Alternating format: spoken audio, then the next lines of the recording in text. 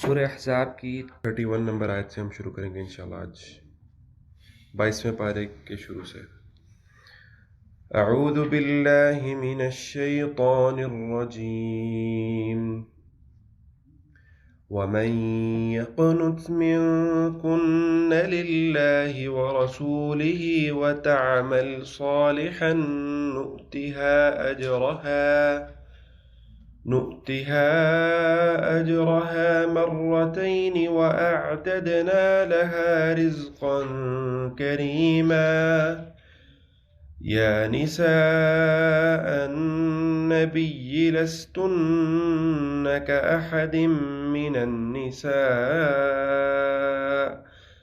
إن اتقيتن فلا تخضعن بالقول فيطمع الذي في قلبه مرض وقلن قولا معروفا وقرن في بيوتكن ولا تبرجن تبرج الجاهلية الأولى وأقمنا الصلاة وآتينا الزكاة وأطعنا الله ورسوله إنما يريد الله ليذهب عنكم الرجس أهل البيت ويطهركم تطهيرا واذكرن ما يتلى في بيوتكن من آيات الله والحكمة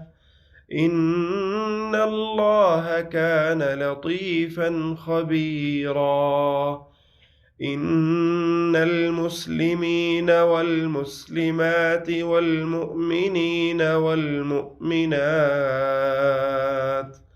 والقانتين والقانتات والصادقين والصادقات والصابرين والصابرات والخاشعين والخاشعات والمتصدقين والمتصدقات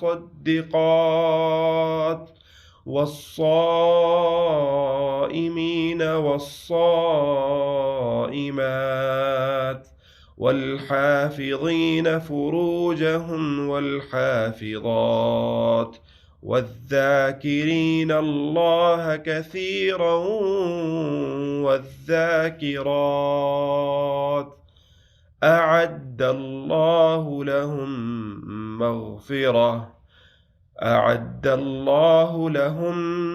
مغفرة وأجرا عظيما.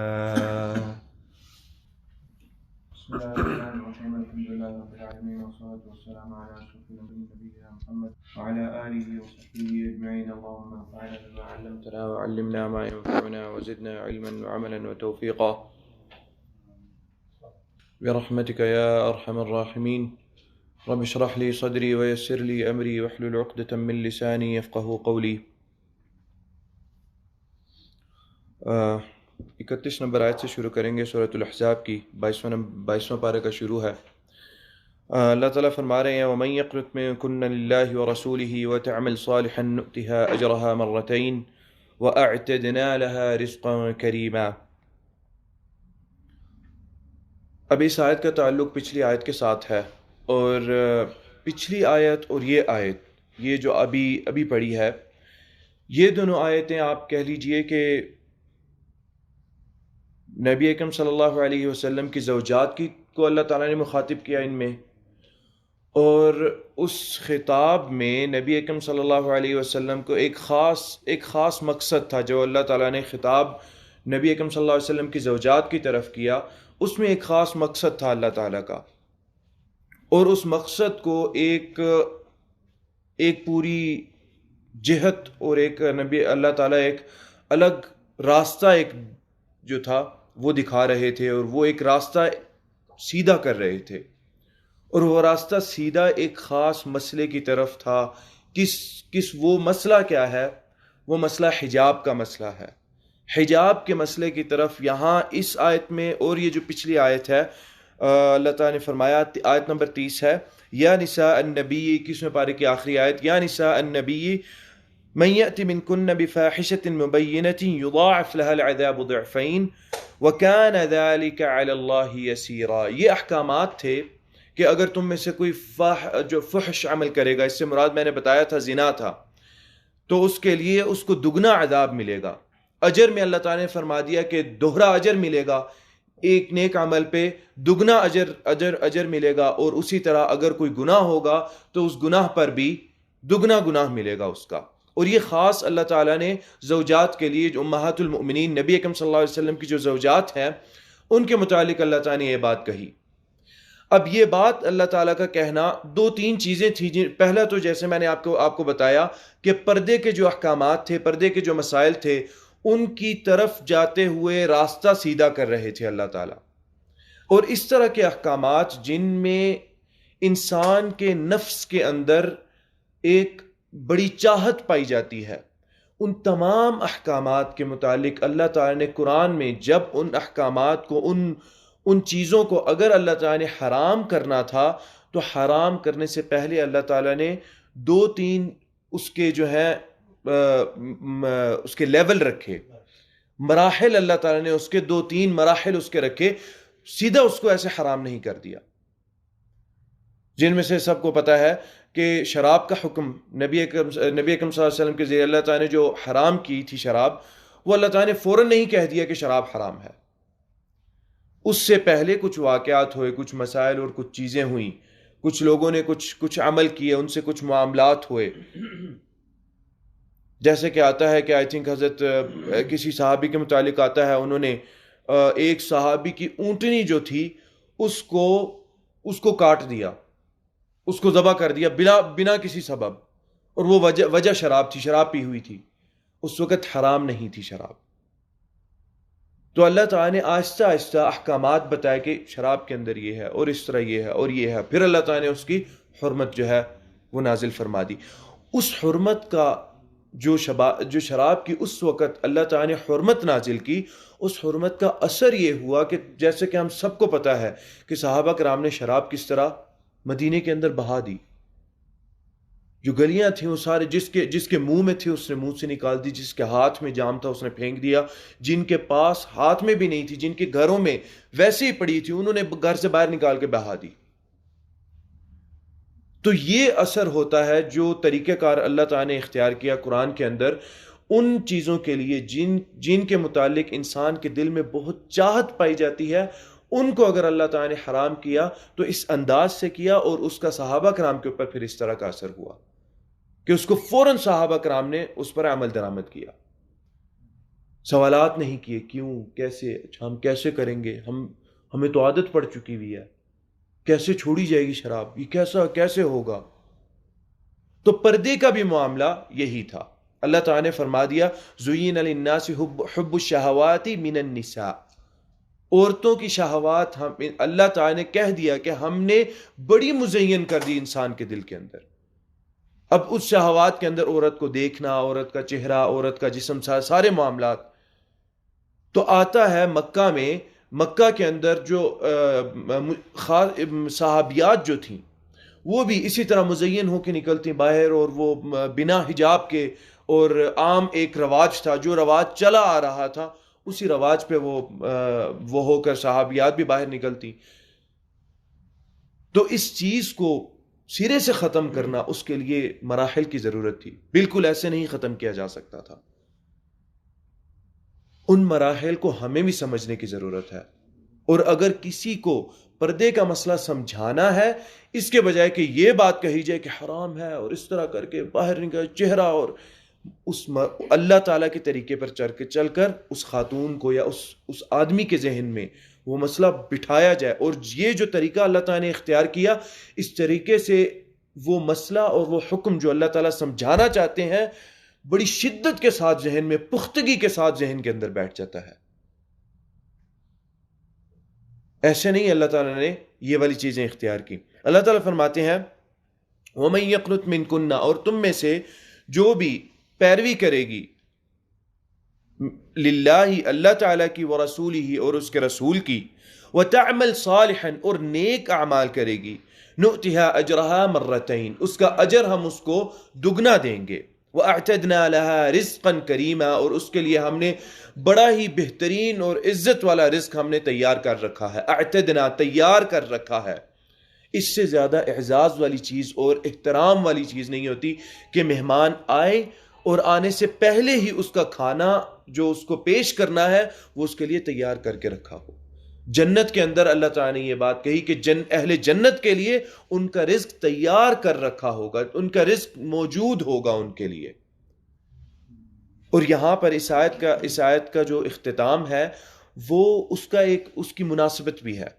اور اس کی مناسبت یہ ہے، جیسے کہ پچھلے درس کے اندر ہم نے بات کی کہ زوجات نے نبی اکرم صلی اللہ علیہ وسلم سے ایک بات کہی تھی، ایک طلب کی تھی، جس میں نبی اکرم صلی اللہ علیہ وسلم کو ناراضگی کا ایک اظہار کیا آپ صلی اللہ علیہ وسلم نے.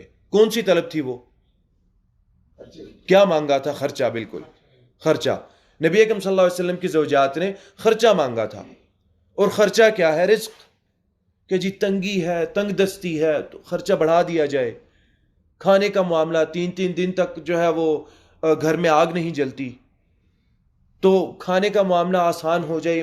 تو اللہ تعالیٰ نے وہ بات فرما دی، وہ اس چیز کی طرف، اس آیت میں اس چیز کی طرف اشارہ کیا. نیک اعمال کریں گی تو اللہ تعالیٰ نے کیا ہے؟ رزق تیار کر رکھا ہے ان کے لیے، تاکہ زوجات اس چیز کو قبول کریں کہ اچھا جو نبی اکرم صلی اللہ علیہ وسلم کے آپ نے جو تنگ دستی اختیار کی، جو سادگی آپ صلی اللہ علیہ وسلم نے اختیار کی، جو آپ صلی اللہ علیہ وسلم نے یہ کہا کہ میں اس دنیا میں میری مثال ایک مسافر جیسی ہے کہ وہ درخت کے سائے کے نیچے آ کر رکا، وہ صرف آرام اور راحت کے لیے رکا، اس کی منزل وہ نہیں ہے. جب منزل وہ نہیں ہے تو وہاں ساری نعمتیں جمع کرنے کا کوئی تک نہیں بنتا، نہ ہی کوئی فائدہ ہے وہاں پر. انسان اپنے لیے سارا کچھ جمع کر لے ایسی جگہ پر جو اس کی اصل منزل اور اصل مقصود نہ ہو. تو نبی اکرم صلی اللہ علیہ وسلم کا مقصود تو جنت ہے، تو اس چیز کو کیسے قبول کریں؟ کیونکہ باقی جو تھیں وہ زوجات تھیں، وہ انبیاء، ان کا مقام انبیاء کا مقام نہیں تھا. تو ان کو سمجھانے کے لیے اللہ تعالیٰ نے یہ باتیں کی. اور اس کے بعد وَأَعْتَدْنَا لَهَا رِزْقًا كَرِيمًا، رزق کی بات ہے، رزق کے متعلق پریشانی ہوتی ہے تو یہ یاد رکھو یہاں پر نہیں مل رہا تو قیامت کے دن ملے گا. قیامت کے دن جنت میں تیار کر رکھا ہے. کس نے؟ اللہ نے تیار کر رکھا ہے. کسی آدمی نے نہیں تیار کر رکھا، کسی عام شخص نے نہیں تیار کر رکھا. اس نے جو اس ساری دنیا کو رزق عطا کرتا ہے اس نے تمہارے لیے تیار کر رکھا ہے رزق. اور کیسا رزق؟ کریمہ، بہت ہی باعزت رزق اللہ تعالیٰ نے تیار کر رکھا ہے. اس رزق کے اندر باقی بھی اللہ تعالیٰ کی جو ہے نعمتیں، جنت اور باقی سارے معاملات. رزق کا جو لغت میں ویسے ہی یا شریعت کے اندر مفہوم ہے وہ بڑا وسیع مفہوم ہے. رزق سے مراد صرف کمائی یا پیسہ یا کھانا نہیں ہے. شریعت کے اندر نیک اولاد بھی رزق ہے. شریعت کے اندر صرف نیک نہیں، فرما بردار لوگ بھی رزق ہیں. شریعت کے اندر ایسے لوگوں کا موجود ہونا جو انسان کے ساتھ مخلص ہوں وہ بھی رزق ہے. نیک دوست، نیک ساتھی وہ بھی رزق ہے شریعت کے نظر میں.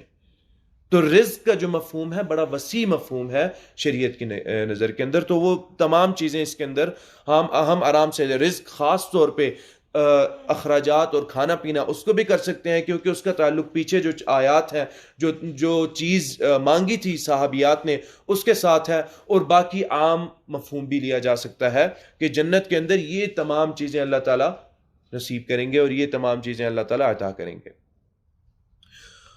فرماتے ہیں آگے اللہ تعالیٰ یا نساء النبی. اب پھر سے خطاب ہے نبی اکرم صلی اللہ علیہ وسلم کے زوجات کو، اس کی اہمیت کی وجہ سے. جو مسئلہ آگے اللہ تعالیٰ بیان کرنا چاہتے ہیں اس کی اہمیت اتنی ہے کہ اللہ تعالیٰ نے سب سے پہلے اس کو مخاطب کیا نبی اکرم صلی اللہ علیہ وسلم کی زوجات کو، ان کو مخاطب کر کے وہ مسئلہ اللہ تعالیٰ نے بیان کیا. کیوں؟ جب وہ مسئلہ ان کے لیے ہوگا تو باب اولا باقی مسلمان خواتین کے لیے ہوگا، اس میں ان کی تخصیص نہیں ہوگی. تو یا نساء النبی، اے نبی کی بیویوں، لستن، نہیں ہو تم، کاحد من النساء، ایک عام عورت کی طرح. تم لوگ ایک عام عورت کے مقابلے میں اس طرح کی نہیں ہو جس طرح کا معاملہ اور جس طرح کا امر اس ایک عام عورت کا ہے. تم لوگوں کا امر اور معاملہ وہ نہیں ہے. کیا ہے؟ ان اتقیتن. آگے اللہ تعالیٰ فرماتے ہیں اگر، ان شرطیہ ہے، اگر شرط یہ ہے اتقیتن، تم لوگ تقوی اختیار کرو. مؤنث کا صیغہ ہے تنّا، ان اتقیتن، اگر تم لوگ تقوی اختیار کرو. اور تقوی اختیار کرنے میں جس چیز کی طرف، وہی بات ہے جس چیز کی طرف اللہ تعالیٰ رجحان دلانا چاہ رہے تھے، جس چیز کی طرف توجہ اللہ تعالیٰ دلانا چاہ رہے ہیں، تقوی، اگین پھر وہی بات ہے، تقوی کا مفہوم شریعت کے اندر وسیع مفہوم ہے. اب تقوی کے اندر ایک چیز یہ ہے جس چیز کا اللہ تعالیٰ یہاں پر ذکر کر رہے ہیں، یا جس چیز کا مقصود اللہ تعالیٰ کا ہے، وہ کیا ہے؟ فَلَا تَخْضَعْنَ بِالْقَوْلِ. خضع کا مطلب ہوتا ہے جھک جانا یا نرمی اختیار کرنا. فلا تخضعنا، تو نہیں نرم کرنا اپنی بات کو، بالقولی، اپنی بات کو میٹھا اور نرم نہیں بنانا. فلا تخضعنا بالقول، کسی سے بات کرتے ہوئے اپنی بات کو نرم اور میٹھا نہیں بنانا. کیوں؟ اس کا نتیجہ کیا ہے؟ نتیجہ اس کا اللہ تعالیٰ فرماتے ہیں فَيَطْمَعَ الَّذِي فِي قَلْبِهِ مَرَضٌ. تو وہ جس شخص کے دل کے اندر بیماری ہے، مرض ہے، بیماری یعنی گناہ کی بیماری ہے، دل سے بیماری، گناہ کی بیماری سے مراد ہے، جس کے دل کے اندر کسی گناہ کی بیماری ہے، فَيَطْمَعَ، اس کے دل کے اندر تمہارا لالچ پیدا ہوگا، تمہارا طمع پیدا ہوگا. یہاں پر دیکھیں اللہ تعالیٰ بات یہ کر رہے ہیں کہ ایسا شخص جس کے دل کے اندر مرض ہے، گناہ کا مرض ہے، کوئی خاص طور پہ زنا کے گناہ کا مرض ہے، یا عورتوں کے متعلق ان کو دیکھنا، اس طرح کے معاملات کا مرض اس کے دل، ان سے بچنا کیسا ہے، کس طریقے سے بچنا ہے؟ ان سے اس طریقے سے بچنا ہے کہ اپنی بات جو ہے، اپنی آواز، اس کو نرم نہیں کرنا. اور پہلا مرحلہ ہی آواز ہے. ساری چیزیں آواز سے شروع ہوتی ہیں. بات چیت کرنا، آواز، اور یہ سارے معاملات، یہ معاملات آسان نہیں ہیں، یا یہ معاملات ہلکے نہیں ہیں جس طرح عام طور پر ان کو ہلکا لیا جاتا ہے. اچھا ٹھیک ہے، پردے میں یہ نا میں بات کروں، کوئی حرج نہیں ہے. نہیں، حرج ہے. اگر بات کرنے والی پردے میں، ٹھیک ہے، وہ پردے میں ہے، یہ اچھی چیز ہے. لیکن بات کرنے والی اگر بات اس انداز سے کر رہی ہے جس انداز کو اللہ تعالیٰ نے منع فرمایا ہے، تو حرج ہے. کیوں حرج نہیں ہے؟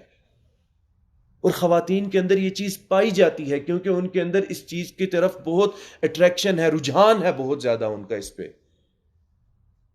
کہ ہماری چیز پسند کی جائے، ہمیں پسند کیا جائے، مجھے پسند کیا جائے، چہرے کو پسند کیا جائے. یہ پسند اللہ تعالیٰ نے طبیعت بنائی، جبلت ہے ایک عورت کی، اور اس جبلت کو اللہ تعالیٰ نے اس چیز کو ایک عورت کے اندر ڈال کے اللہ تعالیٰ نے منع کر دیا کہ اس چیز کو اب چھپانا ہے. اصل امتحان ہی یہ ہے. اور پھر اللہ تعالیٰ نے بیان کر دیا کہ یہاں پر اگر چھپانا ہے تو یہاں پر کن لوگوں کے سامنے ان کو لایا جا سکتا ہے، کس انداز سے، کس طریقے سے. حدود و قیود ہیں، یہ آداب ہیں اسلام کے. یہ احکامات جتنے بھی ہم پڑھتے ہیں، یہ صرف احکامات نہیں ہیں، یہ اسلام کے آداب ہیں. کون سے آداب ہیں؟ یہ وہ آداب ہیں جس سے ایک اسلام کا بہترین اور کامیاب معاشرہ پیدا ہوتا ہے. وہ سوسائٹی پیدا ہوتی ہے جو نبی اکرم صلی اللہ علیہ وسلم نے بنائی تھی مدینے کے اندر. حضرت عمر کے بارے میں آتا ہے کہ حضرت عمر اس چیز کو سخت ناپسند فرماتے تھے کہ خواتین، مسلمانوں کی عورتیں اس طرح باہر کیوں نکلتی ہیں، بن سج کے، اور ان کے جو ہے تمام اس طرح کے معاملات سب کے سامنے ہوتے ہیں. تو مرد اس انداز سے دیکھتے ہیں، ان کی طبیعت ہے، اللہ تعالیٰ نے طبیعت بنائی، مرد کی طبیعت بنائی کہ اس کو یہ چیز پسند آتی ہے، عورت کی طبیعت بنائی کہ اس کو اپنے آپ کو دکھانا پسند آتا ہے، اپنی تعریف کروانا پسند آتا ہے. اللہ تعالیٰ نے دونوں طرف سے مرد کے اندر یہ چیز ڈالی کہ اس کو پسند آتی ہے عورت کی یہ چیزیں، اور اللہ تعالیٰ نے کہا کہ اپنی نظریں نیچے رکھنی ہے. اور عورت کو اپنے آپ کو دکھانا پسند اللہ تعالیٰ نے کروایا، اس کی طبیعت بنائی اللہ تعالیٰ نے. اور اس کے بعد اللہ تعالیٰ نے حکم دے دیا کہ اچھا اب اس کو چھپا دینا ہے. یا اللہ اب چھپا دینا ہے؟ جب آپ طبیعت بنا دی، جب جبلت کے اندر وہ چیز ڈال دی، تو اللہ تعالیٰ اب چھپا دینا ہے. جی اب چھپا دینا ہے. اب وہی بات ہے کہ یہ بہت بڑا امر ہے، بہت بڑا معاملہ ہے. تمام فتنوں کی جڑ جو ہے وہ یہ معاملہ ہے. نبی اکرم صلی اللہ علیہ وسلم نے کہا کہ میری امت کے لیے سب سے بڑا فتنہ عورت کا فتنہ ہے.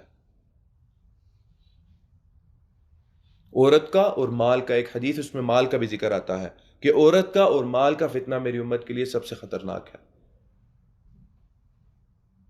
تو جب فتنہ خطرناک ہے تو اس کے متعلق اللہ تعالیٰ نے احکامات بھی بتائے، اس کے آداب، اور اس کے متعلق اللہ تعالیٰ نے تمام اس کے راستے بتائے، اسباب بتائے کہ جی اب اس فتنے سے بچنا کیسے ہے۔ وہی تو امتحان ہے، دارالامتحان، اسی لیے تو اس دنیا کو کہا۔ فَيَطْمَعَ الَّذِي فِي قَلْبِهِ مَرَضٌ، تو اپنے آپ کو چھپائیں اور بات نرم آواز میں اور میٹھی آواز میں بات نہ کی جائے، تاکہ جس کے دل کے اندر بیماری ہے یا کوئی گناہ کا کسی کے دل کے اندر کوئی گناہ ہے، وہ آپ کی چاہت نہ اپنے دل میں پال لے، وہ آپ کا طمع اور لالچ اپنے دل میں نہ پال لے۔ اس طرح ایک فاسد شخص سے رشتہ بننے کا اللہ تعالیٰ، رشتہ نہ بننے کا، یا ایک فاسد شخص سے اللہ تعالیٰ ایک جوڑ نہ بننے کا ایک بتا رہے ہیں کہ راستہ کیا ہے، کس طرح آپ نے ایک شخص کو جانچنا ہے، اس کو کیسے جاننا ہے کہ ایک عورت کا رشتہ ایک فاسد شخص کے ساتھ نہ بنے۔ وہ فاسد شخص اس عورت سے بات کرنا ہی پسند نہیں کرے گا جو سختی سے بات کرے گی۔ اس مسئلے میں پکڑ ہوئی، اللہ تعالیٰ نے پکڑ کی، زوجات جو ہیں پھر انہوں نے سختی سے بات کرنا شروع کی۔ ہاں، آتے تھے لوگ مسائل پوچھنے، آتے تھے حضرت عائشہ رضی اللہ تعالی عنہا کے پاس، اور باقی صحابیات ہیں، انہوں نے علم سکھایا آگے صحابہ کرام کو، لیکن اس چیز کو ملحوظ خاطر رکھا گیا، اس چیز کو سامنے رکھا کہ ہم نے کس انداز سے بات کرنی ہے، اللہ کا کیا حکم ہے، اور وہ کوئی چھوٹا حکم نہیں ہے۔ یہی آیات ہیں جو ہمارے لبرل طبقے کو پسند نہیں آتی، ان کو یہ آیات لگتی نہیں ہے، بھئی یہ نہ بیان کرو۔ اور وہی بات ہے کہ جو کام یہ لبرل طبقہ کر رہا ہے، جن لوگوں کے سامنے کر رہا ہے، انہی لوگوں کے سامنے ان مراحل کو بیان کرتے ہوئے پردے کا حکم بیان کریں، ان کی ذہنیت بدل جائے گی۔ ایسے نہیں لبرل طبقہ سورہ نور اور سورہ احزاب کے پیچھے پڑے ہوئے ہیں، یہ ختم کرو، سورہ نور اور سورہ احزاب کی تفسیر نہیں ہونی چاہیے، یہ احکامات اور یہ جو چیزیں ہیں یہ نہیں بیان کرنی چاہیے۔ ان کے جتنے بھی اہداف ہیں، جتنے بھی ان کے گولز ہیں، وہ تو سارے یہ سورہ نور اور سورہ احزاب توڑ دیتی ہے، ختم کر دیتی ہے۔ شرم و حیا کا جو عنصر اللہ تعالیٰ نے عورت کے اندر بھی ڈالا، اور اس چیز کو یہاں پر اللہ تعالیٰ اجاگر کر رہے ہیں کہ شرم و حیا بھی ڈالی، تو عورت نے چھپانا ہے اپنے آپ کو، مرد نے اپنی آنکھیں نیچے کرنی ہے۔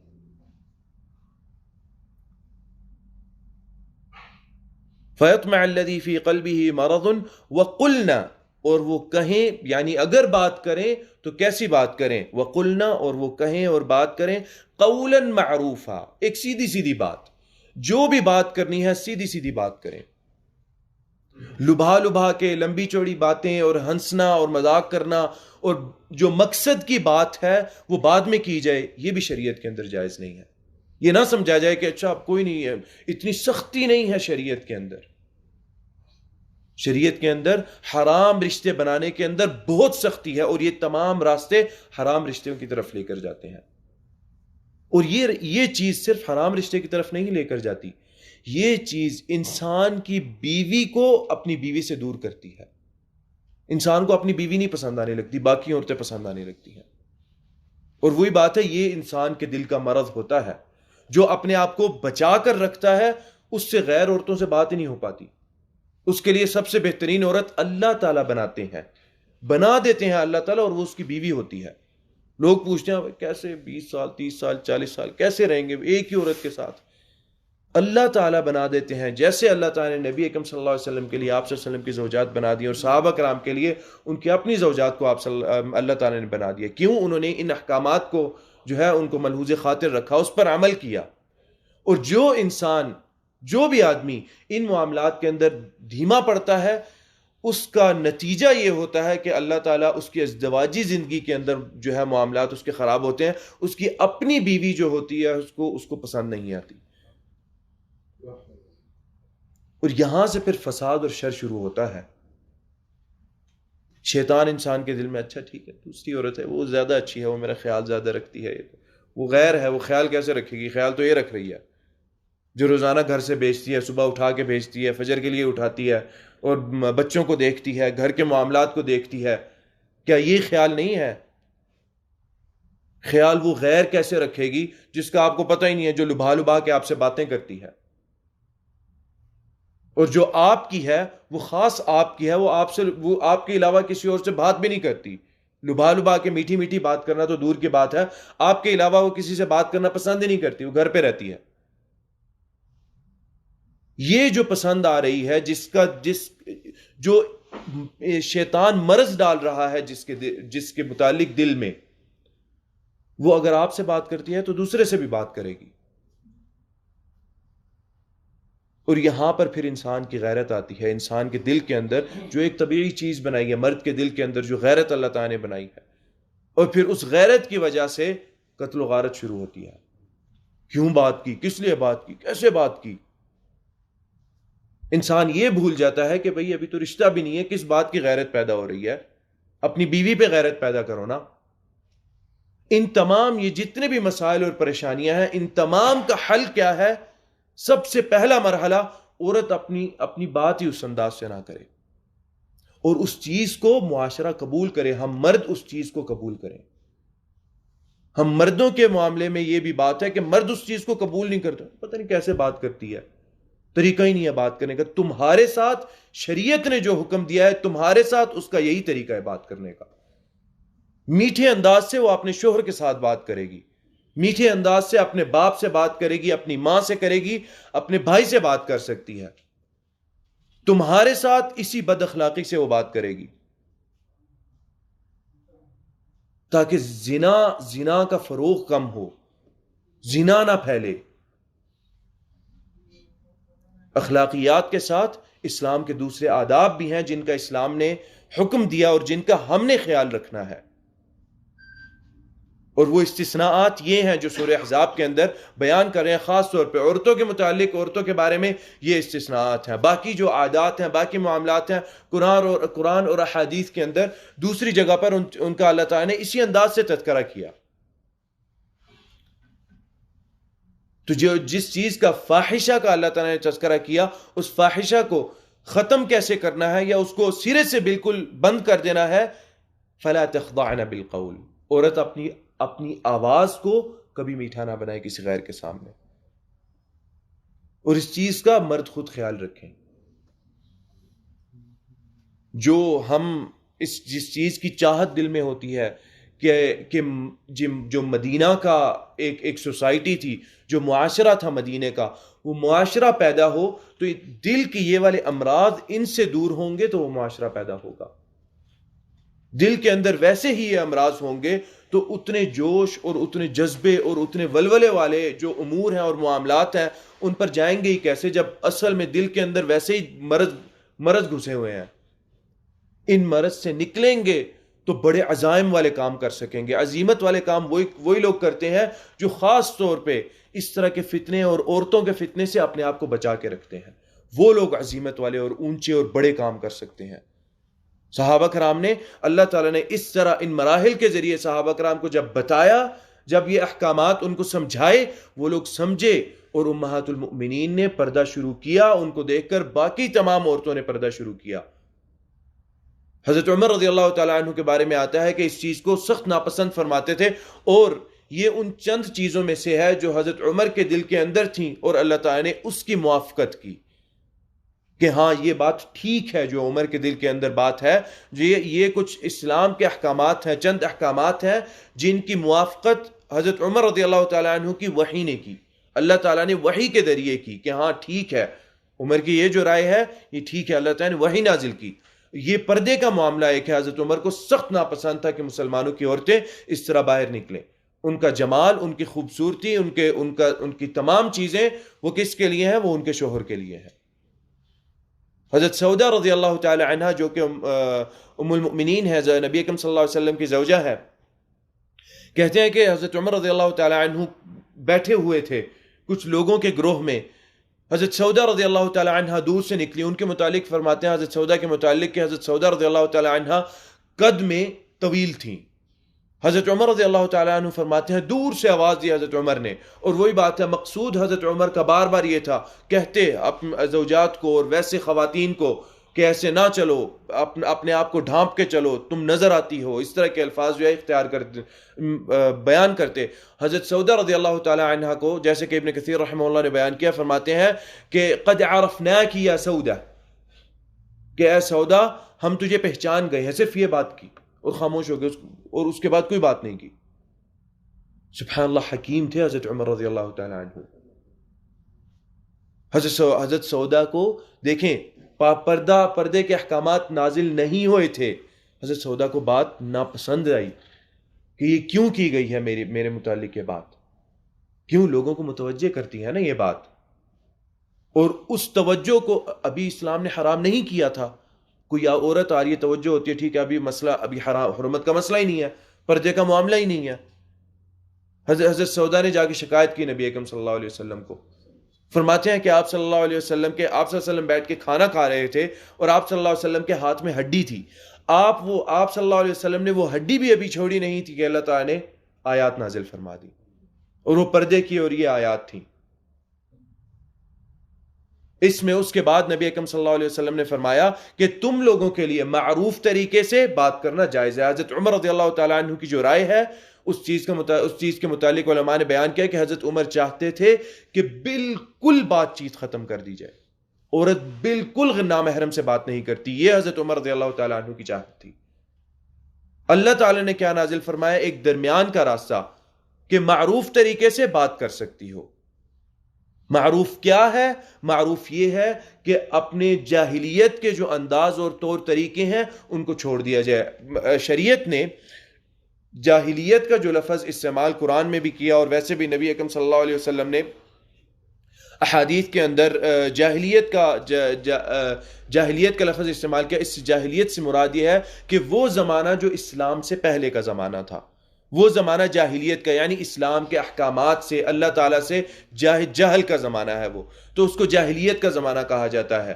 تو یہاں پر بھی اللہ تعالیٰ نے آیت کے اندر ذکر کیا کہ جاہلیت کے جو امور ہیں، جو معاملات ہیں، معروف کیا ہے کہ ان تمام چیزوں کو چھوڑ دیں، ان تمام چیزوں کو نکال کے بعد میں جو چیز بچتی ہے، صرف ایک چیز بچتی ہے، سختی سے بات کرنا. بس اللہ تعالیٰ نے فرما دیا نرمی سے بات نہیں کرنا، میٹھا انداز نہیں اختیار کرنا، لبھانا نہیں ہے، آگے پیچھے لمبی چوڑی باتیں نہیں کرنی کہ پہلے یہ بات کرے.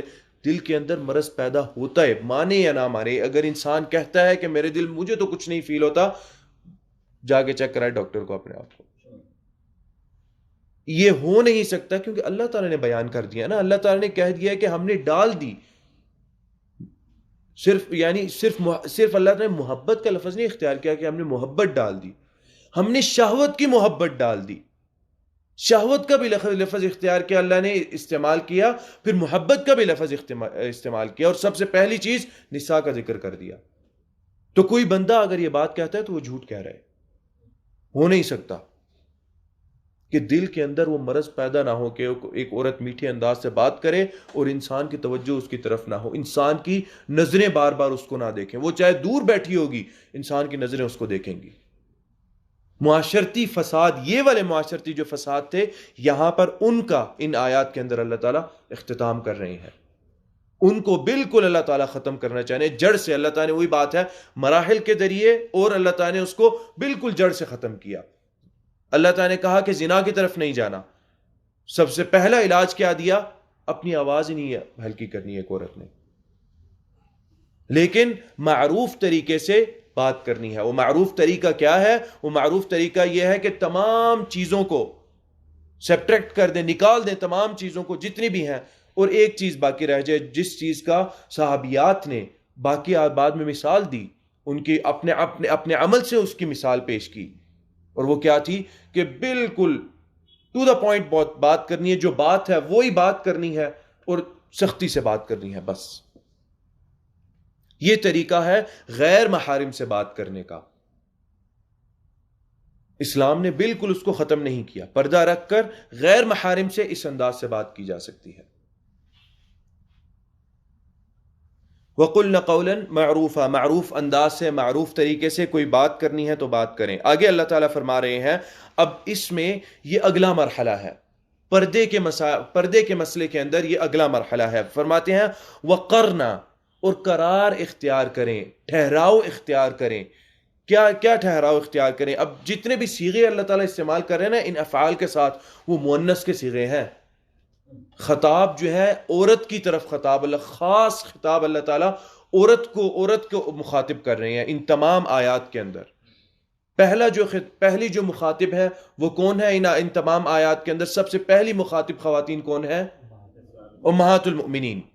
امہات المؤمنین کے بعد یہ معاملہ عام ہے تمام مؤمن اور مسلمان خواتین کے لیے. دیکھیں ایک بندہ یہ بات نہیں کہہ سکتا کہ اچھا یہاں پر یا نساء النبی اللہ تعالیٰ نے لفظ اختیار کیا تو یہ احکامات نساء النبی کے لیے ہیں، نساء المؤمنین کے لیے نہیں ہے. تو نساء المؤمنین جو ہے وہ اپنے انداز سے بات کر سکتی ہیں، اور نہیں، جب اللہ تعالیٰ نے ایک بہترین مثال پیش کرنی تھی تو مومنین تو امہات المؤمنین کے لیے ہے، تو غیر مومنین کے لیے اس بہترین مثال کو اللہ تعالیٰ کیوں نہیں اختیار کریں گے؟ غیر امہات المؤمنین جو ہے، جو غیر زوجات المؤمنین ہے، زوجات النبی صلی اللہ علیہ وسلم ہے، ان کے لیے یہ معاملہ کیوں نہیں ہوگا؟ کیونکہ اس چیز کا تعلق معاشرتی شر سے ہے. اس چیز کا تعلق خاص امہات المؤمنین سے نہیں ہے کہ یہ شر انہی سے تھا اور باقی مومنین کی جو عورتیں ہیں ان سے یہ شر نہیں ہے. اس شر کا تعلق جب عام ہے نا تو یہ حکم بھی عام ہے. خطاب اگرچہ خاص ہے امہات المؤمنین کے لیے، اللہ تعالیٰ نے مخاطب امہات المؤمنین کو خاص طور پہ کیا، لیکن یہ حکم جو ہے یہ عام ہے. کیوں؟ کیونکہ اس کا شر بھی عام ہے. عام طور پہ شریعت کے اندر جن چیزوں کا شر عام ہوتا ہے وہ حکم بھی، اگرچہ کوئی آیت کسی خاص سبب کے متعلق نازل ہوئی ہو، لیکن اس کا حکم پھر یہ ہوتا ہے وہ عام ہوتا ہے. حکم تمام لوگوں کے لیے ہوتا ہے، الا یہ کہ کوئی تخصیص خاص طور پہ قرآن کے اندر یا حدیث کے اندر، جیسے کہ وصال کا مسئلہ ہے.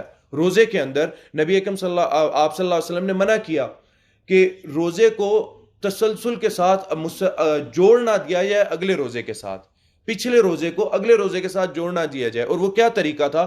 وہ یہ طریقہ کار تھا کہ مغرب کے وقت افطاری نہیں کرتے تھے کہ ہم اگلے روز افطاری کریں گے. اس کا مطلب یہ ہے کہ آپ سحری بھی نہیں کریں گے، آپ روزے کی حالت میں ہیں، فجر کے وقت بھی. تو یہ طریقہ تھا وصال کا، اور یہ طریقہ نبی اکرم صلی اللہ علیہ وسلم اختیار کیا ہوا تھا. آپ صلی اللہ علیہ وسلم نے آپ اس پر عمل کرتے تھے، اس وصال والے طریقے پر. لیکن نبی اکرم صلی اللہ علیہ وسلم نے خاص تخصیص کر دی جب آپ نے دیکھا کہ مسلمان مجھے دیکھ کر رہے ہیں اور مجھے اللہ تعالیٰ نے وہ بنایا ہے، قدوہ بنایا ہے کہ مجھے دیکھنا ہے، میرا عمل سنت ہے. تو آپ صلی اللہ علیہ وسلم نے اس کو ضروری سمجھا کہ میں بیان کروں کہ یہ وصال تم لوگوں کے لیے نہیں ہے، یہ میرے لیے خاص ہے. فَإِنِّي أُطْعِمُ وَأُسْقَى، میں کھلایا جاتا ہوں اور پلایا جاتا ہوں. غیب میں وہ کس طرح ہے؟ وہ نبی انبیاء کا معاملہ خاص ہے باقی لوگوں سے، وہ خاص نبی اکرم صلی اللہ علیہ وسلم کے ساتھ ہے. تو آپ صلی اللہ علیہ وسلم نے کہا کہ یہ میں کر سکتا ہوں، آپ لوگ نہ کریں. منع کیا کہ کوئی شخص وصال کرے، یعنی اس طرح کا کہ وہ روزہ رکھتا ہے اور مغرب کے وقت وہ اپنی افطاری نہ کرے اور اس کو ویسے ہی آگے چلائے اس روزے کو، اور اگلے روز وہ افطاری میں اپنا روزہ کھولے گا. جب یہ چیز مقصود نہیں تھی تو نبی اکرم صلی اللہ علیہ وسلم بیان کر دی. اس کی پتہ چل گیا کہ اس کی تخصیص یہ خاص نبی اکرم صلی اللہ علیہ وسلم کے لیے ہے. تو یہاں پر بھی اس کی تخصیص کہیں نہیں ہے. خطاب بس نبی اکرم صلی اللہ علیہ وسلم کی زوجات کو کیا گیا ہے. جو مخاطب جو ہیں وہ آپ صلی اللہ علیہ وسلم کی زوجات ہیں. آپ نے اللہ تعالیٰ فرماتے ہیں وَقَرْنَ، اور وہ عورتیں قرار اختیار کریں، وہ عورتیں ٹھہراؤ اختیار کریں. کہاں پر؟ فی بیوتکن. اگین وہ یہ پھر سے جو صیغہ ہے مؤنث کا صیغہ ہے، اپنے گھروں میں، یعنی وہ عورتیں اپنے گھروں میں قرار اختیار کریں. ان کے گھر کون سے ہوں گے؟ شادی کے بعد ان کے شوہر کے گھر جو ہیں وہ ان کے اپنے گھر ہیں. اور یہاں پر اگر ہم یہ دیکھیں کہ خطاب زوجات نبی اکرم صلی اللہ علیہ وسلم کی زوجات کو ہے، تو گھر آپ صلی اللہ علیہ وسلم کا، تو آپ کا گھر ان کے زوج کا گھر ہوا، تو ان کے زوج کا گھر ان کا گھر ہوا. فی بیوتکن، وہ اپنے گھروں میں بیٹھیں. ولا تبرجن تبرج الجاہلیت الاولی. تبرج کیا ہے؟ تبرج بناؤ سنگھار ہے. وہ بناؤ سنگھار نہ کریں. کیسا بناؤ سنگھار نہ کریں؟ جاہلیت الاولی، جاہلیت والا بناؤ سنگھار. جاہلیت والا بناؤ سنگھار کیا تھا؟ جاہلیت والا بناؤ سنگھار جیسے کہ امام قتادہ رحمہ اللہ نے تذکرہ کیا اور امام مجاہد رحمہ اللہ نے تذکرہ کیا. کہ جاہلیت کا بناؤ سنگھار یہ تھا کہ بن سور کر اور میک اپ وغیرہ کر کے باہر نکلا کرتی تھی. تو یہ جاہلیت کا بناؤ سنگھار تھا. عام طور پہ کیا عورت کے لیے بناؤ سنگھار جائز ہے ناجائز ہے؟ وہ جائز ہے. کیسے پتہ چلتا ہے؟ صحابیات کا عمل ہے. حضرت عائشہ رضی اللہ تعالی عنہا سے آتا ہے، لفظ آتا ہے آج بھی عربی کے اندر میک اپ کے لیے جو لفظ استعمال ہوتا ہے مکیاج، حدیث کے اندر وہی لفظ استعمال ہوا ہے، مکیاج کا لفظ استعمال ہوا ہے. حضرت عائشہ رضی اللہ تعالی عنہا سے آتا ہے، باقی امہات المؤمنین سے آتا ہے کہ وہ مکیاج کا استعمال کرتی تھیں اپنے چہرے کے لیے، آنکھوں کے لیے، جتنے بھی معاملات ہیں. یہ نئے معاملات نہیں ہیں، یہ نئی چیزیں نہیں ہیں کہ پتہ نہیں کیا نیا نیا، کوئی نیا نہیں نکلا. زیورات کے انداز، طور طریقے تمام پرانے ہیں، اور میک اپ کا معاملہ، مکیاج کا معاملہ یہ بھی پرانا ہے، یہ نیا نہیں ہے. حدیث کے اندر الفاظ آتے ہیں ایسے. تو اس کا مطلب یہ ہے کہ بناؤ سنگھار زوج کے لیے گھر میں رہتے ہوئے یا اپنے والدین، کوئی اس میں حرج نہیں ہے، بالکل کوئی حرج نہیں ہے. جاہلیت والا بناؤ سنگھار کیا ہے؟ بناؤ سنگھار کر کے باہر نکلنا. امام مقاتل رحمہ اللہ فرماتے ہیں کہ تبرج سے مراد یہاں پر یہ ہے کہ جاہلیت میں اپنے سر پر بالکل ہلکا سا دوپٹہ اوپر لے لیتی تھی، ولا یشد، اور اس کو ٹائٹ نہیں کیا جاتا تھا. تو یہ ہے تبرج الجاہلیہ. تبرج کا مراد کیا ہے؟ تبرج سے مراد یہ ہے کہ وہ اپنے سر پہ صرف دوپٹہ ایسے لیتی تھیں کہ ان کی گردن اور ان کا ہار اور ان کی بالیاں وہ ساری نظر آتی تھی، ان کے بال دوپٹے سے نظر آتے تھے. یہ امام مقاتل رحمہ اللہ نے بیان کیا. اگر ہم سوچیں تو یہ تھوڑی سی خطرناک بات ہے. آج کل دیکھیں کیا چل رہا ہے، سر پہ دوپٹہ، ہلکا سا دوپٹہ لے کر، یہ تو ہاں ٹھیک ہے، سر پہ دوپٹہ لیا ہوا، بس سختیاں کرتے ہیں، دوپٹہ لیا ہوا. اللہ تعالیٰ نے تبرج یہ دیکھیں، مسئلہ یہ ہے کہ ہمارے لیے، ان لوگوں کے لیے مسئلہ کب پتہ پڑ جاتا ہے؟ مسئلہ تب پڑ جاتا ہے کہ یہ لوگ خود عرب تھے. مجاہد، امام مجاہد اور امام مقاتل، یہ لوگ عرب تھے، تو الفاظ کو اس کی اصل انداز سے جانتے تھے کہ اس لفظ کو اصل کیا ہے. کیوں؟ کیونکہ وہ معاشرے کو بھی جانتے تھے، معاشرے کے اندر یہ چیز تھی. تو یہ لفظ اس طرح استعمال ہوتا ہے، اس کا معنی یہ بنتا ہے پیچھے سے. تو اچھا پھر یہ اور یہ چیزیں ساری حرام ہے. پھر ہاں، زوج کے لیے اللہ تعالیٰ نے فرما دیا جیسا بناؤ سنگھار کرنا ہے، جس طرح کا کرنا ہے، اس میں کوئی حدود نہیں ہے. زوج کے لیے اللہ تعالیٰ نے اس کو معاملہ کھلا رکھا، جیسا پہننا ہے، جس طرح کرنا ہے، اس میں کوئی جو ہے وہ معاملہ نہیں ہے. جیسا کہ نبی اکرم صلی اللہ علیہ وسلم سے آتا ہے کہ حضرت عائشہ رضی اللہ تعالیٰ عنہ، یا عام طور پہ امہات المؤمنین، نبی اکرم صلی اللہ علیہ وسلم آپ امہات المؤمنین کے ساتھ ایک ڈول میں نہاتے، ایک ہی جگہ پر نہاتے آپ صلی اللہ علیہ وسلم. حضرت عائشہ رضی اللہ تعالیٰ عنہ فرماتی ہیں کہ میں جلدی جا کر ڈول پکڑتی تو آپ صلی اللہ علیہ وسلم ہاتھ میں ڈول پکڑ لیتے اور کھینچتے میری طرف، تو میں اپنی طرف کھینچتی، کہتی میرا ہے، میں نے پکڑا ہے. آپ صلی اللہ علیہ وسلم، آپ نے کہتے مجھے نہیں پتا، مجھے دو. دیکھیں اس طرح، اس کو عربی میں مداعبہ کہتے ہیں. اس طرح کا معاملہ شریعت نے جائز قرار دیا زوجات کے ساتھ. یہ تمام مسائل سمجھیں کہ زوجات کے ساتھ کیا کیا چیزیں جائز اللہ تعالیٰ نے قرار دی. اس کے بعد انسان یہ بھی ذہن میں رکھے کہ اچھا یہ حرام ہے. مسئلہ یہ ہے کہ زوجات کے ساتھ بہت ساری مباح اور جائز چیزوں کو سمجھتے ہیں کہ یہ تو پتہ نہیں ٹھیک ہے نہیں ہے کیا ہے، اور پھر ذہن انسان کی نظریں اور نگاہیں کہاں جاتی ہیں؟ وہ پھر آوارہ ہوتی ہیں، انسان کی نگاہیں دوسری عورتوں کی طرف جاتی ہیں. نبی اکرم صلی اللہ علیہ وسلم کے تعلق کے بارے میں پڑھیں کہ آپ کا تعلق زوجات کے ساتھ کیسا تھا، اور وہ تعلق صرف اس میں دو تین فائدے ہیں.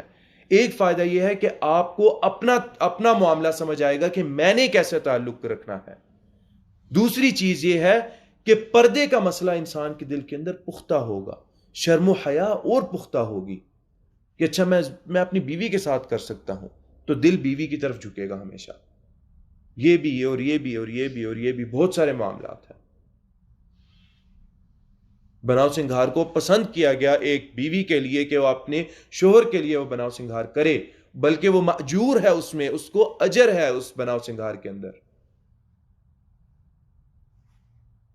بہت ساری اور چیزیں ہیں آپ صلی اللہ علیہ وسلم کے متعلق. آپ صلی اللہ علیہ وسلم کا جو حسن معاشرت ہے اپنی زوجات کے ساتھ، اس کے بارے میں پڑھیں، وہ آپ کے لیے مددگار ثابت ہوگی نگاہیں نیچے رکھنے میں. کیوں سارے معاملات آپ زوجہ کے ساتھ کریں گے. جتنے بھی معاملات ہیں وہ مددگار پردے کے معاملے میں بھی ثابت ہوتے ہیں اگر ہم ان کو پڑھیں. نبی اکرم صلی اللہ علیہ وسلم کے تعلق کو، آپ صلی اللہ علیہ وسلم کا زوجات کے ساتھ جو تھا، تمام زوجات نے ایسی ایسی چیزیں بیان کی ہیں. اس لیے کہتے ہیں کہ اللہ تعالیٰ، علماء کہتے ہیں اللہ تعالیٰ انصار خواتین پر اپنی رحمت فرمائے. انہوں نے نبی صلی اللہ علیہ وسلم سے مسائل پوچھتے ہوئے کسی شرم کا اظہار نہیں کیا، تمام مسائل آگے بڑھ کے پوچھ لیے. اور وہی معاملہ زوجات کا تھا. انہوں نے بتایا دینی فریضہ سمجھتے ہوئے کہ لوگوں کے بھی آپس میں رشتے ہوں گے، تو کیسے رشتہ آپ صلی اللہ علیہ وسلم کا ہمارے ساتھ تھا. ام سلمہ رضی اللہ تعالی عنہ فرماتی ہیں کہ مجھے، اب وہی بات ہے، یہ اس چیز کا تعلق یہود کے ساتھ ہے کہ یہود خاتون کو کیسے رکھتے کہ اگر حیض کے ایام آتے تو وہ اس کو دور کر دیتے، دھتکار دیتے اس کو. نبی اکرم صلی اللہ علیہ وسلم نے فتنے سے بھی بچا کے رکھنا ہے، نظروں کو نیچے رکھنا ہے. کیسے نظروں کو نیچے رکھیں گے؟ جب زوجہ پاس ہوگی. نبی اکرم صلی اللہ علیہ وسلم نے حضرت ام سلمہ رضی اللہ تعالی عنہ ان کے حیض کے ایام آئے تو آپ صلی اللہ علیہ وسلم کے ساتھ لیٹی ہوئی تھیں. حدیث کے اندر آتا ہے ایک ہی چادر میں آپ صلی اللہ علیہ وسلم نے پکڑا ہوا تھا. کہتے ہیں کہ حضرت ام سلمہ فرماتی ہیں کہ مجھے خون آیا، میں نکل گئی. آپ صلی اللہ علیہ وسلم نے فرمایا حضتی، کیا تمہیں ایام آئے ہیں، حیض ہوا ہے؟ کہتے ہیں ہاں جی. آپ صلی اللہ علیہ وسلم نے کہا اچھا ٹھیک ہے، صاف کر کے چادر رکھ کے آ جاؤ، میرے پاس واپس آ جاؤ. چادر رکھو، صاف کر لو، چادر رکھو اور میرے پاس آ جاؤ. اس چیز کا تعلق پھر وہی بات ہے کہ انسان کی نظریں جب بیوی دور ہوگی تو نظریں کہاں جائیں گی؟ آوارہ ہوں گی، نظریں دوسروں کو دیکھیں گی. ان احکامات کو صرف یہ نہ سمجھیں کہ یہ صرف حکم ہے، اچھا جی حیض کا یہ حکم ہے، یہ حکم ہے، نماز نہیں پڑھنی، روزہ نہیں رکھنا، اچھا جی دور رہنا ہے، مباشرت نہیں کرنی اور فلانا یہ اور اس طرح احکام نہیں. ان احکامات کے پیچھے کیا جو ہے ہمارے لیے اور نتائج کیا ہیں، ان سے اور چیزیں کیا پیدا ہوتی ہیں. آگے فرماتے ہیں وَلَا تَبَرَّجْنَ تَبَرُّجَ الْجَاهِلِيَّةِ الْأُولَى. تبرج کا میں نے آپ کو بتایا، جس طرح امام مجاہد اور امام مقاتل اور امام قتادہ رحمہ اللہ نے فرمایا کہ آواز کو دھیما کرنا یا آواز کو ہلکا رکھنا یا نرم انداز سے بات کرنا. جیسے امام مقاتل انہوں نے فرمایا انها تلقى الخمار على رأسها ولا تشد. خمار کہتے ہیں دوپٹے کو اپنے سر پر رکھ لے، ایک عورت رکھا کرتی، ولا تشد، اور اس کو جو ہے تنگ نہ کرتی، اس کو ٹائٹ نہ کرتی اپنے لیے، یعنی ڈھانپتی نہ اچھی طرح. تو یہ ہے تبرج کا معنی. تبرج الجاہلیت الاولیٰ، اس تبرج سے اللہ تعالیٰ نے منع فرما دیا. تمام چیزیں آ گئیں، اس میں اگر دیکھیں تو پھر وہی بات ہے، ایک چیز باقی رہتی ہے کہ سختی سے بات کرنی ہے، خشکی والا لہجہ اختیار کرنا ہے. عورت کے لیے یہ چیز مشکل ہے، اللہ تعالیٰ نے مشکل بنائی عورت کے لیے، اور اسی میں عورت کا پھر امتحان ہے. مشکل بنا کر اللہ تعالیٰ نے کہا یہ نہیں کرنا. وہ چیز پسند کروائی اللہ تعالیٰ نے عورت کے دل کے اندر، محبوب رکھی کہ میں خوبصورت انداز سے بات کروں، لوگ میری بات کو پسند کریں، لوگ میری آواز کو سنیں. اور پھر اللہ تعالیٰ نے کہا کہ نہیں، اس چیز کو اپنے زوج کے لیے رکھنا ہے. ایک طرف سے اللہ تعالیٰ نے بند کیا اور ایک طرف سے راستہ دیا. راستہ یہ ہے کہ زوج کے لیے ہے، وہ زوج کے لیے سب کچھ کرو، جائز ہے. نبی اکرم صلی اللہ علیہ وسلم سے آتا ہے، آپ صلی اللہ علیہ وسلم اپنی زوجات کے ساتھ جس طرح معاملات کرتے تھے. اور پھر غیر محارم کے لیے جو ہے ان کے لیے بالکل حرام ہے، اس کے بالکل خشکی سے بات کریں. لوگ بات کرتے ہیں، بات کریں. لوگ کیا بات کریں گے؟ لوگ سمجھیں گے میں خشک مزاج کی ہوں، لوگ سمجھیں گے میں بدصورت ہوں. سمجھتے ہیں، سمجھیں.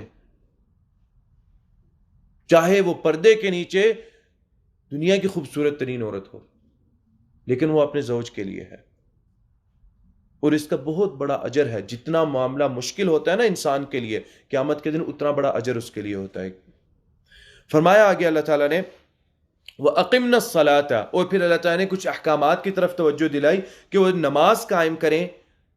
وَآتِينَ الزَّكَاةَ، اور زکوٰۃ ادا کریں. وَأَطِعْنَا اللَّهَ وَرَسُولَهُ، اور اللہ تعالیٰ کی اطاعت کریں. یہاں پر دیکھیں اللہ اور اس کے رسول کی اطاعت کا پھر تذکرہ آ رہا ہے.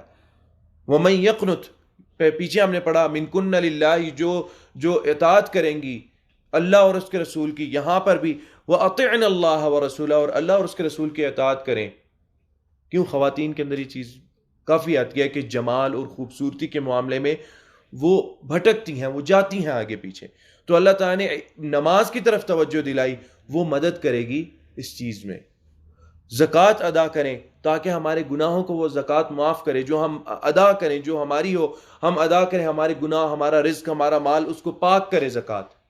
اور وہ زکوٰۃ بھی اس نیک عمل پر، عورت کے لیے پردہ اور مرد کے لیے آنکھیں نیچے رکھنا، اس نیک عمل پر یہ دونوں چیزیں سب سے زیادہ مددگار ثابت ہوں گی.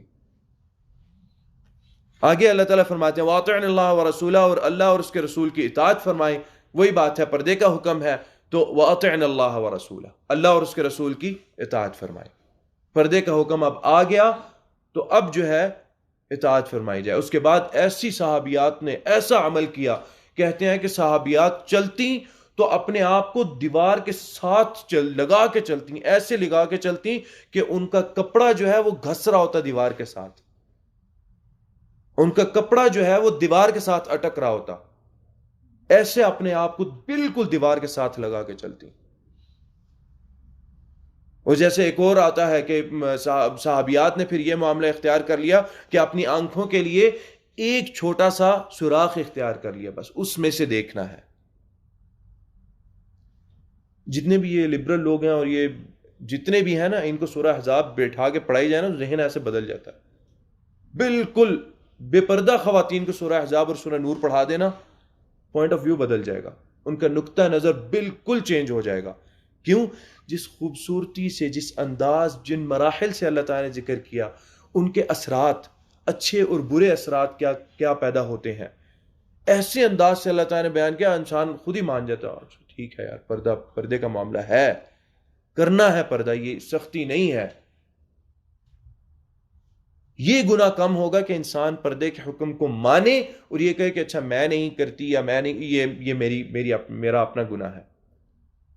اس کے بدلے کہ انسان پردے کے حکم کو ہی نہ مانے، نہیں پردے کا حکم تو نہیں ہے، تجدد پسند ہے اسلام، تو معاملات سارے جدید ہو گئے ہیں، رشتے اور تعلقات اور جو انسان کی فیلنگز ہیں وہ جدید نہیں ہیں، وہ وہی ہیں جو حضرت آدم علیہ السلام کے زمانے سے اللہ تعالیٰ نے پیدا کی. اور وہ کیا تھی کہ اللہ تعالیٰ نے شہوت اور محبت پیدا کر دی اور پھر پردے کا حکم نازل کر دیا.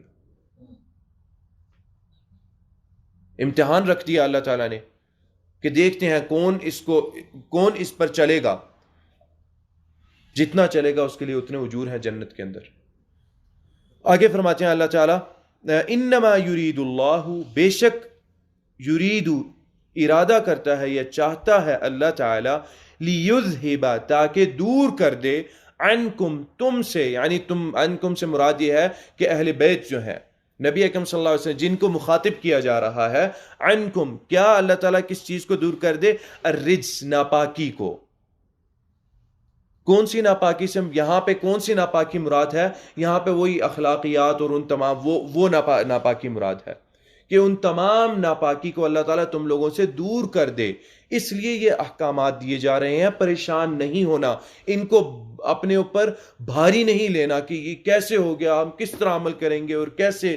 ہاں ٹھیک ہے، اللہ تعالیٰ نے محبت ڈالی بننے سنورنے کی اور اس کے بعد اپنے آپ کو دکھانے کی محبت ڈالی، تو اللہ تعالیٰ نے یہ والے احکامات اس لیے دے رہے ہیں تاکہ لوگوں کی گندی نظریں اور لوگوں کے گندے خیالات، یہ ہے وہ رجس اور ناپاکی، اللہ تعالیٰ دور کر دیں. اور وہ ان چیزوں سے مسلمان عورتیں بھی دور رہیں گی جب وہ ان چیزوں پر عمل کریں گی، اس رجس سے اور اس ناپاکی سے جس سے اللہ تعالیٰ پاک کرنا کہہ رہے ہیں کہ میں پاک کرنا چاہتا ہوں. اس ناپاکی سے تمام مومنین کی بھی عورتیں دور رہیں گی اگر وہ اس چیز پر عمل کریں گی. انما یرید اللہ لیذہب عنکم الرجس، ناپاکی کو دور کرنا چاہتے ہیں تم سے، اہل البیت، اہل بیت. اور اہل بیت سے مراد ہے نبی اکرم صلی اللہ علیہ وسلم کی تمام اہل بیت، زوجات، آپ صلی اللہ علیہ وسلم کے بچے اور آپ صلی اللہ علیہ وسلم کی بیٹیاں، جو جتنے بھی ہیں سب ہیں، وہ تمام اس کے اندر آ جاتے ہیں. وہ کیسے پتہ چلتا ہے؟ وہ پتہ چلتا ہے کہ یہاں پر سیاق و سباق کس کے متعلق بات ہو رہی ہے؟ زوجات النبی صلی اللہ علیہ وسلم. تو یہاں سے واضح پتہ چلتا ہے کہ جب زوجات النبی کے متعلق بات ہو رہی ہے تو اہل بیت کون ہے؟ زوجات النبی اور تمام اہل بیت ہیں. یہ مسئلہ کیوں ذکر کر رہا ہوں؟ کیونکہ کچھ لوگ کہتے ہیں کہ زوجات النبی اہل بیت نہیں ہے. زوجات النبی اہل بیت کے اندر سے نہیں ہے. اہل بیت کون ہے؟ اہل بیت جو ہیں وہ حضرت حسن ہے، حسین ہے، حضرت فاطمہ ہے، حضرت علی ہیں، اور آپ صلی اللہ علیہ وسلم خود میں اہل بیت میں سے ہیں، اور عباس جو ہیں وہ اہل بیت ہیں. باقی جو ہیں وہ اہل بیت نہیں ہیں. کیوں؟ کیونکہ وہ قریش کے دوسرے قبائل سے تھیں. کچھ تھیں قریشی، کچھ تھیں آپ صلی اللہ علیہ وسلم کے بنی ہاشم سے، کچھ قریش کے قبائل سے، کچھ پھر مدینہ آ کے دوسرے قبائل سے تھیں. تو آپ یہاں پر اس خطاب سے پتہ چلتا ہے، جو سیاق و سباق چل رہا ہے، کہ امہات المؤمنین کو اللہ تعالیٰ ڈائریکٹ مخاطب کر رہے ہیں، بار بار، ایک بار بھی نہیں، بار بار. وقرن فی بیوتکن، بار بار مختلف جو ہیں افعال ہیں ان کے اندر اللہ تعالیٰ امہات المؤمنین کو جو ہے وہ مخاطب کرتے جا رہے ہیں. تو یہاں پر آ کر امہات المؤمنین نہیں نکلیں گی، یہ ناانصافی ہوگی. ہماری طرف سے یہ ناانصافی ہوگی کہ اب یہاں پر آ کر ہم اہل بیت میں سے تمام خطاب امہات المؤمنین کے لیے آتے جا رہے ہیں، اینڈ پہ آ کے امہات المؤمنین کو یہ اہل بیت سے نکال دیا جائے. اور یہ راستہ پھر جو ہے، اس کا تھوڑا اشارہ کرتا جاؤں، یہ شیعیت کی طرف یہ راستہ پھر لے کر جاتا ہے. شیعہ کا جو معاملہ، اہل تشیع کا جو معاملہ ہے، یہ اس کی طرف لے کے جاتا ہے یہ معاملہ سارا. تو یہ بات واضح طور پہ ذہن میں رکھی جائے. کوئی شخص اگر یہ کہے کہ آپ صلی اللہ علیہ وسلم کی زوجات امہات اہل بیت میں سے نہیں ہیں، امہات المؤمنین، تو یہ بالکل سراسر وہ غلط بات کر رہا ہے. قرآن کے مطابق زوجات نبی اکرم صلی اللہ علیہ وسلم کی، یا نساء النبی، تمام جو ہے وہ اہل بیت کے اندر ہے. اہل البیت وَيُطَهِّرَكُمْ، اور پاک کر دے تمہیں، تطہیرا، پاک کرنا. جس طرح حق ہے پاک کرنے کا، اس طرح اللہ تعالیٰ پاک کر دیں. اس آیت کے اختتام سے پتہ چلتا ہے کہ جو احکامات پیچھے پردے کے اور اپنے آپ کو، اپنی نظروں کو بچانے کے اور تبرج سے دور رہنے کے اللہ تعالیٰ نے بیان کیے، اس کا نتیجہ کیا ہوگا؟ انسان ایسا پاک ہوگا جیسا پاک رہنے کا حق ہے انسان کا. جیسے اللہ تعالیٰ چاہتے ہیں پاک رہنا، انسان ویسا پاک ہوگا اس کے بعد. یہ نتیجہ ان تمام احکامات پر عمل کرنے کا ہوگا. آج کا درس ہم یہیں تک رکھتے ہیں. اللہ تعالیٰ سے دعا ہے کہ جو کہا اور جو سنا، اللہ تعالیٰ ہمیں اس پر عمل کرنے کی توفیق عطا فرمائے. ان احکامات کو اچھی طرح ہمیں سمجھنے کی اور دوسروں کو سمجھانے کی توفیق عطا فرمائے. اللہ تعالیٰ ہمیں تو الحمدللہ ہم تمام جو ہے سمجھتے ہیں، لیکن باقی دنیا ان تمام احکامات سے بہت متنفر ہے، بہت دور ہے. یہ تمام شرور اور جو جتنا بھی پروپیگنڈا ہے اور جتنا بھی نئی دنیا کے اندر معاملات چل رہے ہیں، ایک عورت کا اسٹیج پر آنا، اور ایک عورت کا پھر پارلیمنٹ میں بیٹھنا، پھر ایک عورت کا پارلیمنٹ میں اونچی اونچی آواز میں بات کرنا، اور پارلیمنٹ کے اندر بیٹھنے کے لیے اللہ تعالیٰ نے یہ تمام احکامات اس کے خلاف جاتے ہیں. اس لیے تو وہ بات لگتی ہے بڑی، صرف یہاں نہیں لگتی، ادھر بھی لگتی ہے اور ادھر بھی لگتی ہے. ٹیسیں اٹھتی ہیں، درد اٹھتی. کیوں؟ کس لیے؟ اس لیے تطہیرہ کے لیے، پاکی کے لیے. پاکی چاہتے ہو تو یہاں پر یہ پاکی ہے. جنت چاہتے ہو تو یہ احکامات اور ان پر عمل کرنا ہے. وجہ کیا ہے؟ وجہ یہ ہے کہ اللہ تعالیٰ نے اختبار رکھا ہے، اللہ تعالیٰ نے امتحان رکھا ہے. ورنہ اس کا مقصود کیا ہوتا؟ ہمارے لیے، اگر ہمارے لیے دنیا وہی ہے جو کفار کے لیے ہے، تو پھر یہ قرآن کا موجود ہونا، نبی اکرم صلی اللہ علیہ وسلم پر ایمان لانا، اللہ تعالیٰ پر ایمان لانا، اس کا پھر فائدہ ہی کیا ہے؟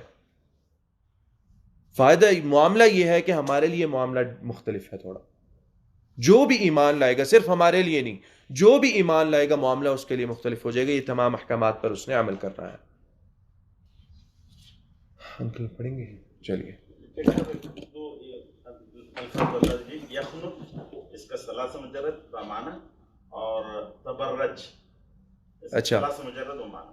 برجہ، تبرجہ کا ثلاثی برجہ سے ایکچولی یہ ثلاثی میں سے نہیں ہے. برجہ یہ رباعی کے اندر ہے، رباعی کے اندر ہے برجہ. ٹھیک ہے، را پہ شدہ ہے. اور قنات کا یقنت قنات سے ہے.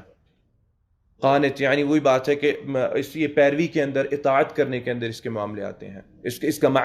اس کا معنی پیروی اور اطاعت کرنے کے معاملے میں آتا ہے. اور جو یہ تبرج ہے، تبرج سے مراد یہ ہے کہ کھول دینا، اپنے آپ کو کھول کے. ہاں، وہ پھر اس کے اندر وہ ساری چیزیں، میک اپ آ جاتی ہے، عورت کا چلنے کا انداز، عورت کا بات کرنے کا انداز. امام قتادہ رحمہ اللہ نے اس چیز کی طرف اشارہ کیا ہے، فرماتے ہیں کہ اگر وہ نکلے تو اس کی مشیہ جو ہو وہ ایک خوبصورت انداز کی ہو. یہاں پہ امام قتادہ پرانے ہیں، تقریباً 100 ہجری کے بعد 200 ہجری سے پہلے ان کی وفات ہے امام قتادہ رحمہ اللہ کی. اور اگر وہ یہ بات کر رہے ہیں نا، چلنے کا انداز، تو یہ کیٹ واک وغیرہ یہ چیزیں نئی نہیں ہیں, یہ تو نام نئے ہیں, کیٹ واک اور فلانی واک اور یہ چیزیں, واک کا انداز, چلنے کا انداز اور طور طریقے, اس سے مراد یہ ہے, اس سے پتہ یہ چلتا ہے کہ یہ تمام چیزیں پرانی ہیں. عورت کا چلنے کا انداز, اس کے اندر خوبصورتی اور تکثیر اور اپنے آپ کو بنا سنوار کر دکھا کر اور انداز, یہ ساری چیزیں پرانی ہیں. اور اگلے جمعے کا جو درس ہے وہ ہم اسکپ کریں گے کیونکہ اس میں عید وغیرہ اور وہ سارے ایام آ رہے ہیں, تو اس کے بعد کا, اس سے اگلا جو جمعہ ہوگا وہ باذن اللہ انشاءاللہ ہم اپنے معمول کے مطابق صبح 9 بجے شروع کریں گے. پھر رمضان چونکہ ختم ہو چکا ہوگا تو معمول کے مطابق 9:15 جو ہے وقت ہم نے رکھا ہوا ہے, 9:15 کا وقت ہے, انشاءاللہ 9:15 ہم لوگ وہ شروع کریں گے باذن اللہ. لیکن اگلا جو ہے چونکہ وہ عید کے پاس ہے اور تو اس وجہ سے اگلا ہم ناغا کریں گے, اس سے اگلا جو ہوگا باذن اللہ اس جمعے کو ہم لوگ آئیں گے. جی انکل, فطرانہ جو ہے, اچھا فطرانہ ابھی انشاءاللہ باذن اللہ علماء کی طرف سے آخری 5-6 دنوں کے اندر وہ آ جائے گی, علماء بیان کر دیں گے کیا ہے. لیکن ایک بات ذہن میں رکھیں کہ آپ صلی اللہ علیہ وسلم نے فطرانے کا جو کہا, آپ نے کہا صاع, 1 صاع دینا ہے. اب صاع ایک آپ کہہ لیجئے یہ یونٹ ہے جو پہلے یوز کیا جاتا تھا, جو پہلے استعمال کیا جاتا, پیمانہ ہے یہ جس کو پہلے یوز کیا جاتا تھا. وہ پیمانہ کتنا ہے اس کو جو علماء ہیں انہوں نے اس کی مقدار بیان کی ہے تقریباً 2.8 kg سے 3 کلو. تو اس لیے عام طور پہ 3 کلو بیان کرتے ہیں تاکہ کوئی کمی نہ آ جائے. ویسے اگر ہم ایگزیکٹ پوچھیں گے تو وہ کہتے ہیں 2.8 kg کہتے ہیں, ٹھیک ہے. تو ویسے علماء پہ کہتے ہیں 3 کلو, تو 3 کلو کے برابر جو قوت البلد ہے, جو اہل بلد, جو عام طور پر سب سے زیادہ اہل اس جگہ پر جہاں پر آپ رہتے ہیں, اس جگہ پر جو سب سے زیادہ چیز کھائی جاتی ہے وہ آپ تقریباً 3 کلو, ایک وسط کوالٹی جو ہے, نہ ہی بہت بری اور نہ ہی بہت اعلیٰ, زیادہ جو ہے اللہ تعالیٰ کے ہاں وہ مقبول ہے. اگر ایک شخص بہت اعلیٰ نکالنا چاہتا ہے تو اللہ تعالیٰ کے اندر زیادتی جو ہے وہ مقبول ہے اللہ تعالیٰ کے ہاں. لیکن عام طور پہ ایک وسط درمیانی کوالٹی کے جو کیا نام ہے اناج ہے, وہ یہاں پر دیکھیں 3 کلو کتنا ہے, اس کے برابر جو ہے وہ ایک بنتا ہے, کیا نام ہے, 1 صاع بن جاتا ہے. وہ تقریباً لگ بھگ اگر ہم چاول کو دیکھیں, یہاں پہ اہل بلد سعودیہ کے جو لوگ ہیں, قوت البلد سعودیہ کا عام طور پہ چاول ہے, جو سے زیادہ چاول ہے, جو یا گندم سے زیادہ چاول یہاں پر کھائے. تو چاول تقریباً 3 کلو چاول اگر دیکھیں تو 20-25 کچھ پرائس اوپر نیچے ہوتی ہے ہر سال پہ. پچھلے 5-6 سال پہلے کچھ 15 ریال علماء نے جو ہے وہ تقریباً رمضان کے آخر پہ اس کا تذکرہ کیا تھا, 15 ریال, پھر اس کے بعد 18, 19, 20 اوپر ہوتی گئی تھوڑی سی. تو تقریباً اس کے لگ بھگ ہے, آپ خود جا کے پتہ کر لیں کہ ایک وسط قسم کا چاول کتنی, اس کی 3 کلو کی کتنی قیمت ہے. یہ ہے وہ فطرانے کی رقم وہ بن جائے گی. شیخ صاحب ایک بات یہ ہے, کچھ لوگ یہاں سے پیسے کلیکٹ کر کے اپنے ملک میں بھیج رہے ہیں, تو جی فطرانے کے, کیا یہ جائز ہے؟ اس میں علماء کی یعنی تھوڑا سا آپ کہہ لیجئے کہ اختلاف ہے. کچھ علماء کہتے ہیں کہ فطرانہ اسی بلد میں ہی وہیں پر دیا جائے جہاں پر آپ کی رہائش ہے, ٹھیک ہے, جہاں پر آپ کی رہائش ہے وہیں پر. لیکن کچھ علماء کہتے ہیں کہ اگر شدید حاجت ہو, کسی مسلمان ملک کے اندر شدید حاجت ہو تو وہاں پر بھیج دیا جائے, کوئی حرج نہیں ہے. جیسے کہ آپ مسلمانوں کے ممالک دیکھ لیں, جہاں پر حاجت کی اگر بات کریں گے تو وہ پھر ختم نہیں ہوتی وہ بات. مسلمانوں کے معاملات ان ممالک جو ہیں دیکھ لی جائے, یہ نہیں کہا جا سکتا کہ نہیں مجھے نہیں لگتا کہ کسی مسلمان ملک کے اندر شاید حاجت ہو. ان کو تو ایک پیسے کی, ایک جو ہے وہ تنکے کی ان کو حاجت ہے, ٹھیک ہے. تو بہت اشد حاجت اگر کہیں آپ کو نظر آتی ہے, آپ کی استطاعت میں ہے تو دے دیں, نہیں آپ کی استطاعت میں ٹھیک ہے یہیں پر ادا کرتے ہیں. بارک اللہ فیکم. اعوذ باللہ من الشیطان الرجیم, بسم اللہ الرحمن الرحیم. ومن يقنت منكن لله ورسوله وتعمل صالحا نؤتها أجرها مرتين وأعتدنا لهم رزقا كريما. يا نساء النبي لستن كأحد من النساء إن اتقيتن فلا تخدعن بالقول فيطمع الذي في قلبه مرض وقلن قولا معروفا وقرن في بيوتكن ولا تبرجن تبرج الجاهلية الأولى تبرج الأولى وأقمنا الصلاة وآتينا الزكاة وأطعنا الله ورسوله إنما يريد الله ليذهب عنكم رجس أهل البيت ويطهركم تطهيرا واذكرن ما يتلى في بيوتكن من آيات الله والحكمة إن الله كان لطيفا خبيرا. جی ضرور انشاءاللہ. بسم اللہ الرحمن الرحیم. الحمد للہ رب العالمین الرحمن الرحیم مالک یوم الدین ایاک نعبد و ایاک نستعین اهدنا الصراط المستقیم صراط الذین انعمت علیہم غیر المغضوب علیہم ولا الضالین آمین. اللهم اغفر لنا ما قدمنا وما أخرنا وما أسررنا وما أعلنا وما أنت أعلم به منا أنت المقدم وأنت المؤخر لا إله إلا أنت. اللهم إنك عفو تحب العفو فاعف عنا. اللهم إنك عفو تحب العفو فاعف عنا. اللهم إنك عفو تحب العفو فاعف عنا. اللهم اغفر لحينا وميتنا وشاهدنا وغائبنا وصغيرنا وكبيرنا وذكرنا وأنثانا. اللهم من أحييته منا فأحيه على الإسلام ومن توفيته منا فتوفه على الإيمان. اللهم لا تحرمنا أجرهم ولا تضلنا بعدهم. ربنا آتنا في الدنيا حسنة وفي الآخرة حسنة وقنا عذاب النار. اللهم تقبل صيامنا وقيامنا. اللهم تقبل صيامنا وقيامنا وصالح أعمالنا. ربنا آتنا في الدنيا حسنة وفي الآخرة حسنة وقنا عذاب النار. رب ارحمهما كما ربياني صغيرا. رب ارحمهما كما ربياني صغيرا. رب ارحمهما كما ربياني صغيرا. ربنا تقبل منا إنك أنت السميع العليم.